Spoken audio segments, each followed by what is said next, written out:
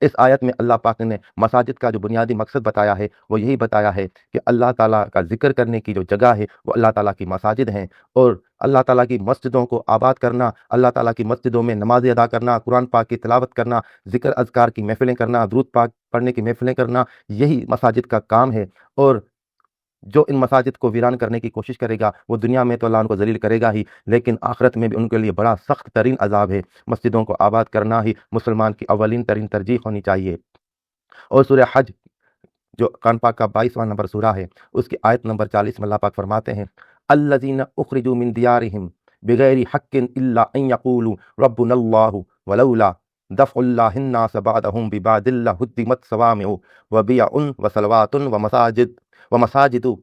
یذکر فیہا اسم اللہ کثیرا ولینصرن اللہ من ینصرہ ان اللہ لقوی عزیز۔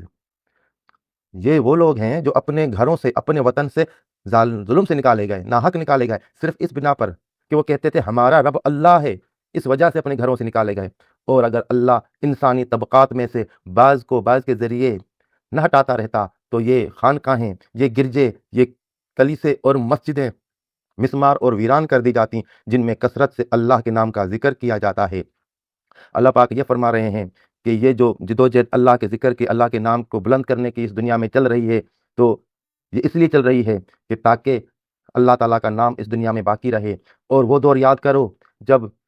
اگر یہ جدوجہد نہ ہوتی تو عیسائیوں کے کلیسے بھی ویران ہو گئے ہوتے، تمہارے گرجے، تمہاری خانقاہیں جو ماضی میں تھیں وہ بھی ویران ہو گئی ہوتی۔ اور یہی وہ جدوجہد اللہ کے نام کے ذکر کی ہے جو مسجدوں کو آباد کرنے کے لیے کی گئی ہے،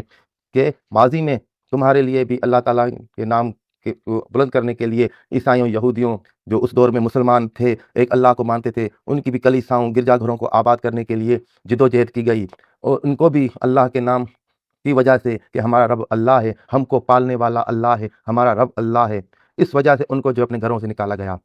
اور فرعون نے جو خدائی دعویٰ کی تھی وہ بھی تو یہ کہتا تھا انا ربکم الاعلیٰ، میں تمہارا سب سے بڑا رب ہوں، کہ میں تمہارا پالنے والا ہوں۔ ہر سرمایہ دار، ہر جاگیردار، ہر حکمران یہی سمجھتا ہے کہ ہم رب ہیں۔ اللہ کہتا ہے نہیں، تم رب نہیں ہو، رب اللہ کی ذات ہے۔ اور اللہ کا جو نظام ہے، اللہ تعالیٰ کا جو طریقہ کار ہے، اللہ تعالیٰ کا جو اقتصادی نظام ہے، جو سماجی نظام ہے، جو معاشرتی نظام ہے، جو اخلاقی نظام ہے، جو اللہ تعالیٰ کا نظام ہے، وہ نافذ کرو گے تو اس سے یہ مراد ہوگی کہ تم نے اللہ تعالیٰ کی ابدیت اختیار کی۔ لیکن حکمران اللہ تعالیٰ کی ابدیت اختیار نہیں کرتے، خود رب بن کر بیٹھ جاتے ہیں، خود اپنے قوانین دیتے ہیں، خود اپنا اقتصادی نظام دیتے ہیں، خود اپنا معاشرتی نظام دیتے ہیں، خود اپنا بنایا ہوا اخلاقی نظام دیتے ہیں، اور اللہ کا دیا ہوا جو نظام ہے اس کو پیچھے چھوڑ دیتے ہیں۔ تو اللہ تعالیٰ نے یہی کہا ہے کہ ایسے لوگ جو کہتے ہیں ہمارا رب اللہ ہے، ہم کو پالنے والا اللہ ہے، جب وہ یہ بات کرتے ہیں تو ان کو ان کے گھروں سے نکال دیا جاتا ہے، ان کو ان کے وطنوں سے نکال دیا جاتا ہے۔ پھر اللہ کا نظام ہے کہ اللہ تعالیٰ کو اپنا نام، اپنا ذکر کا وہ جو بلند کرنا ہے، تو اگر یہ جدوجہد، یہ جہاد نہ ہوتا تو یہ پھر یہ کسی دور میں یہ کلیسائیں بھی ویران ہو گئی ہوتی، کسی دور میں یہ گرجا گھر بھی ویران ہو گئے ہوتے، کسی دور میں یہ خانقاہیں بھی ویران ہو گئی ہوتی،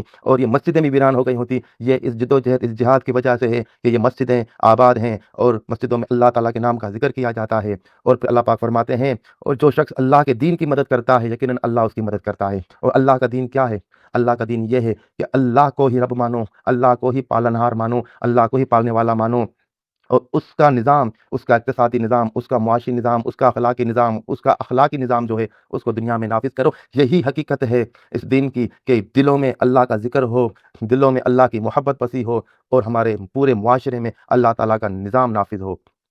تو یہی اللہ تعالیٰ کا ذکر کا مقصد ہے، یہی اللہ تعالیٰ کے حمد کی تفسیر ہے کہ اس دنیا میں اللہ تعالیٰ کی حمد تو تبھی قائم ہو سکتی ہے، اللہ کا ذکر تبھی قائم ہو سکتا ہے جب سب سے پہلے ہم اپنے نفس کو تبدیل کریں، ہم اپنے وجود کو تبدیل کریں، ہم اپنے کردار کو تبدیل کریں، اور جب ہم اپنے آپ کو تبدیل کر چکیں تو اس کے بعد دنیا کو تبدیل کرنے کے لیے نکلیں۔ اور اس کا پہلا مرحلہ یہ ہے کہ لوگوں کے اخلاقیات کی اصلاح ہو، لوگوں کے کردار کی اصلاح ہو، لوگوں کو اللہ کے ذکر کی دعوت دیں، لوگوں کو درود پاک کی دعوت دیں، خود بھی ذکر کریں، خود بھی درود پاک پڑھیں، اور لوگوں کو بھی اللہ کے ذکر کی دعوت دیں، ان کو بھی درود پاک پڑھائیں تاکہ وہ اللہ تعالیٰ کے ذکر کی طرف مائل ہوں اور درود پاک پڑھنے کی طرف مائل ہوں، اور اللہ کے ذکر کی برکت سے ان کے قلب میں جو خناس بیٹھا ہے، جو شیطان بیٹھا ہے، وہ نکل کے بھاگ کھڑا ہو، اور یہ قلب جو ہے اللہ کے نور سے منور ہو جائے، بالکل روشن ہو جائے، اور اس میں سے تمام تاریکیاں دور ہو جائیں، اور پھر ہمارے اندر سے شہوت دور ہو جائے، غصہ دور ہو جائے، ہمارے اندر سے تمام دنیا کی جو طلب ہے وہ دور ہو جائے، اور ہم اللہ کے رنگ میں رنگے جائیں۔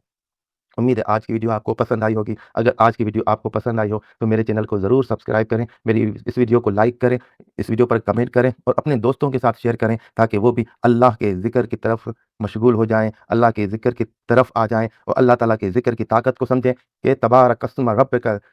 کہ اللہ کا نام بڑی برکت والا ہے، اللہ کا نام بڑے اکرام والا ہے، اللہ کا نام بڑی عظمت والا ہے، اور اسی نام کی طاقت سے، اسی نام کی قوت سے اپنے اندر کے شیطان کو بھی مار دیں، اس معاشرے کو شیطان کو بھی مار دیں۔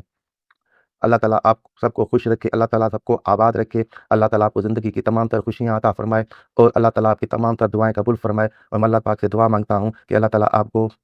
خوشحالی، عنایت، عمر خضری کے ساتھ عطا فرمائے۔ وآخر دعوانا ان الحمد للہ رب العالمین۔ جزاک اللہ خیرہ۔